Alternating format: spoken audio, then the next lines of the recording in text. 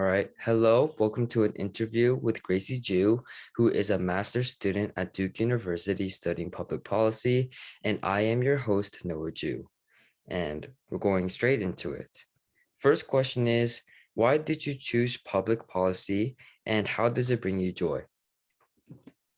Yeah, that is a great question. I didn't go into college thinking I was going to study public policy. I didn't even know what public policy was. I went into Duke and I thought I was going to be a pre-med student. Mm, Chemistry did not like me, and I didn't like chemistry either. And so I needed a change. I was hoping for an alternative, and that alternative very quickly became public policy. I realized my heart for pursuing pre-med initially was because I wanted to solve problems. I wanted to solve the health problems that people were facing. But what public policy allowed me to see is that, you can solve problems at a larger scale outside of just like serving individual people.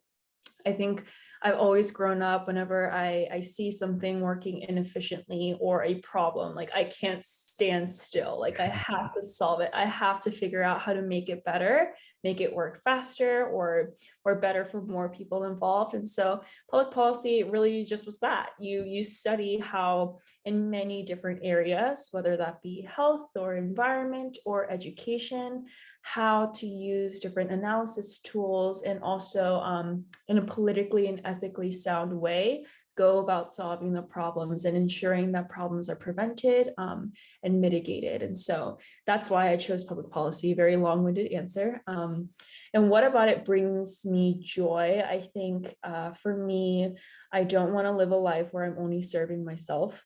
mm, I, you know, I recognize that there are more problems than time to solve all of them. And so I think it gives me joy to know that I am in my, daily efforts, making this world a better place, or at least making life a little better for even individual people going through different things. And so I think policy is a very practical way of going about solving problems that many people experience.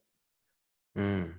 And yeah, leading on to that, do you actually believe that making these policies make a change? Won't other problems arise along with it?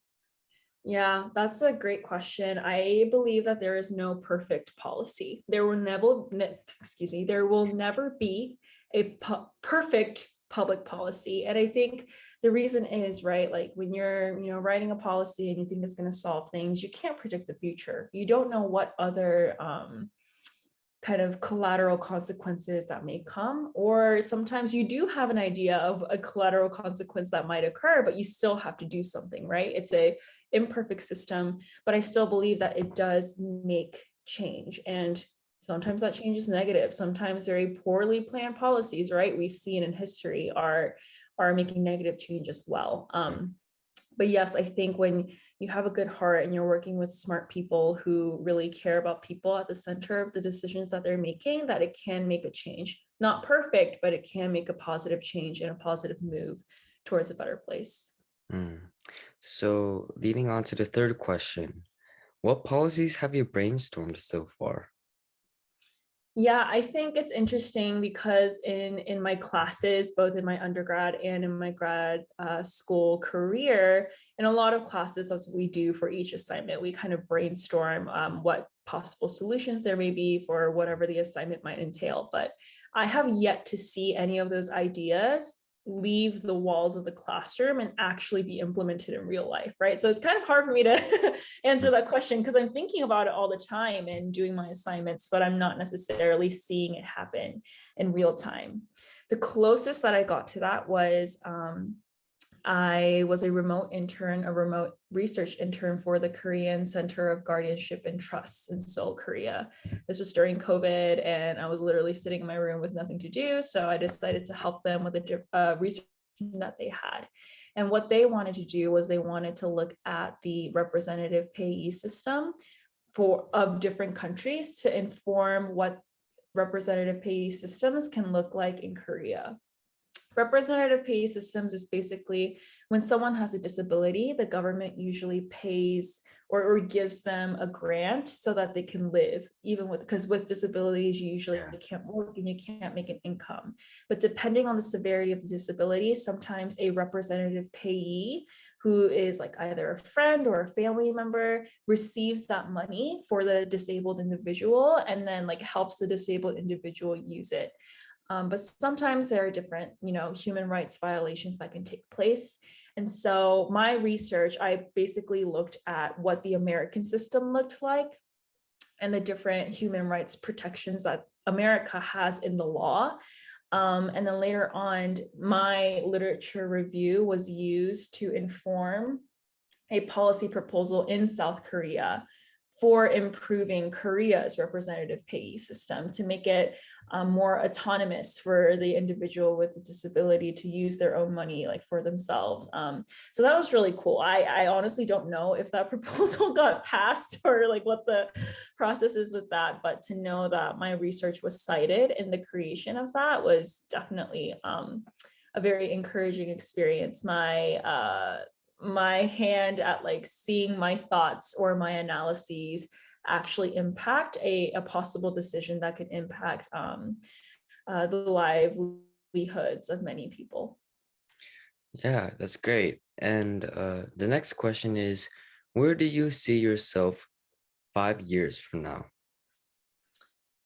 Yeah, so right now, I think career interests can definitely change over the course of one's life. But for right now, I'm studying health policy specifically. I'm most interested in how to improve the healthcare system in the US. And this past summer worked with a state department of health and human services. And from that experience became very interested in what health policy looks like at a state level, what different programs and policies that states can specifically design and implement for the state's people. Because we know the US is very diverse. Each state has different laws, each state Yeah, has a different, group of people that they yeah. serve. And so I think state policy is very interesting and it has a lot of potential. Mm. So for early career, I think I definitely want to experience as many state departments of health and as many like different issues that they face as possible. So right now I'm looking into public sector consulting as an early career, which means I would basically be able to consult many different, right, state departments of health with a variety of issues and help them kind of solve that. So once I have that very diverse toolkit, I definitely want to settle down maybe in 5 years from now, like settle down in one state department and like start my career there. Like I want to come with as much knowledge, right? And as much experience from like different states and different issues that they're going through. And be able to serve for a long time in like one state department of health. So right now, I mean, things may change, but right now that's the general plan for how I want to fill the 5 years after graduating the grad program and where I hope to be by that 5 year mark. Oh, wow, that's great. Thank you for doing this interview. And is it okay if I job shadow you in the future or just follow you around in the classroom? Sure. All right. Sure. Thank That's you. great. Welcome to my interview with Sami Jew. I am your host, Noah Jew, and let's go straight into it. How did you find your passion? Okay, when I was in college, I was suffering with guilt and shame for a long time. And then in September 2000, I met Jesus and he forgave me and then he set me free. And he also gave me a mission. And then it was just to share this good news of Jesus to everyone. And I came to the United States in 2001.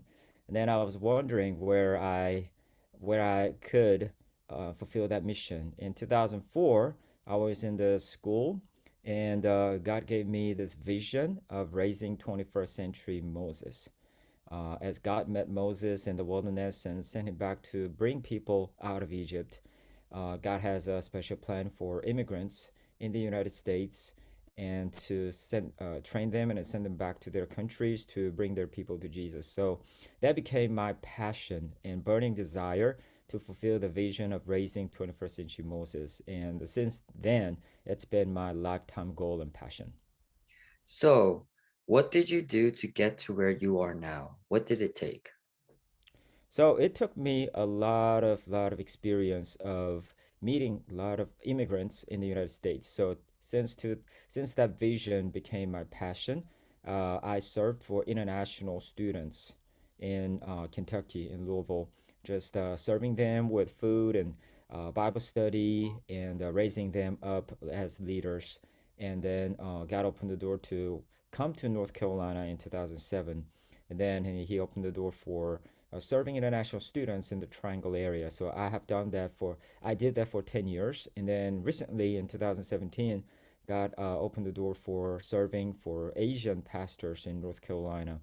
So it took me at least about 18 years of ministry serving among immigrants. Mm. So, do you find what you do fulfilling?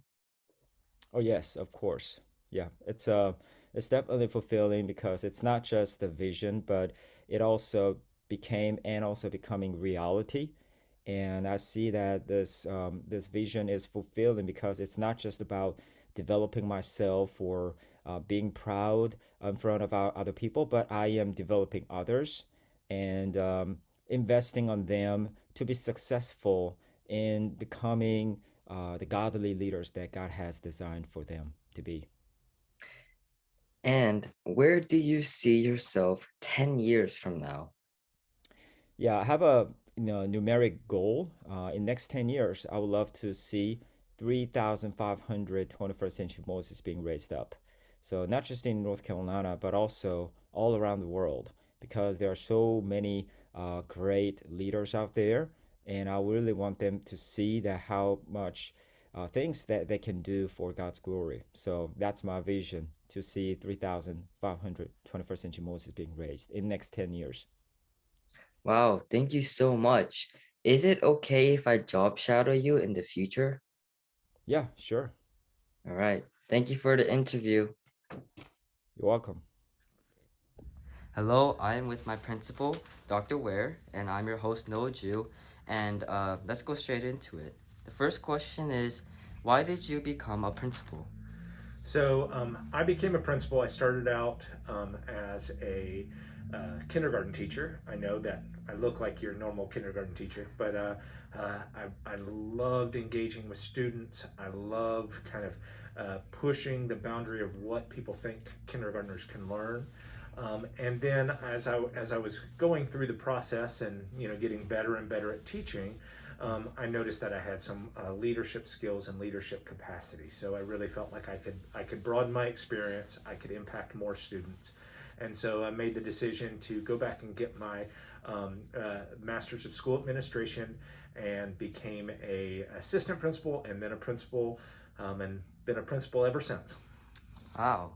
And second question is, what was your journey from, being a principal from there or like a college student to becoming our principal? It really started my senior year in high school. I worked at the Carrie Y, and I worked with students and absolutely loved it. And I was good at it, and I just got just such a great feeling like working with students, and they brought me just a ton of joy. So I made the decision to apply to UNC, go Tar Heels, and was in their Teaching Fellows program. And so that's a program where you go through, they pay for college, or the state pays for most of your college, and then you promise to work in public education after you graduate. So I went through college, got my degree, and then taught. And then, like I said earlier, I noticed that I felt like I could have an even bigger impact, and just learning how to work with not only students and children, but work with adults, and how to make change happen. And that's really been my journey as I became a principal. And then I decided to go back to school again, and working on my doctorate, and got a doctorate in educational leadership. And it's all been about how I can be part of the leadership process and get others out there along with me moving in the same direction and supporting students. So, third question is, do you find what you do fulfilling? And what about it is fulfilling? So I certainly find it fulfilling. Like I mentioned earlier, just the what you get back from students. You hear people talking about, education, how much you put in, how much you give, and you do have to make some sacrifices. But I've always felt like what you get out of it is far worth any sacrifices you put into it. So that's a huge piece. It's not boring, so you'll never have a day that you're bored. There's always something new, always something you have to figure out, always something you can try. Because in my life, the worst thing that could ever happen to me was to be bored. One of the amazing things about Wake STEM is that we are really pushing the boundary of what's been done in education and been done for students. So I'm learning new things. I am on this path with all of the staff and the students here as we implement and we take what we do, which is already amazing, and we figure out how we stay cutting edge, how do we stay out in front of the curve, because that is really what is that drives me, and I get a lot out of that. So, the fourth question is, what makes a good principal and a leader in general? I think the key piece to being a good principal and being a good leader, and I think those two are synonymous, is that you recognize that leadership comes from kind of what you do and not your position, and that you are not the sole proprietor of leadership, that there are leaders all around you. Leadership is part of the human condition. Everybody has the ability to lead, and my job as a principal and any job as a good leader is about setting a vision, and I think even more importantly, inspiring others to lead others, to try new things, to push the boundaries. It is not just the principal who's the leader. In our school, we have teacher leaders, we have student leaders.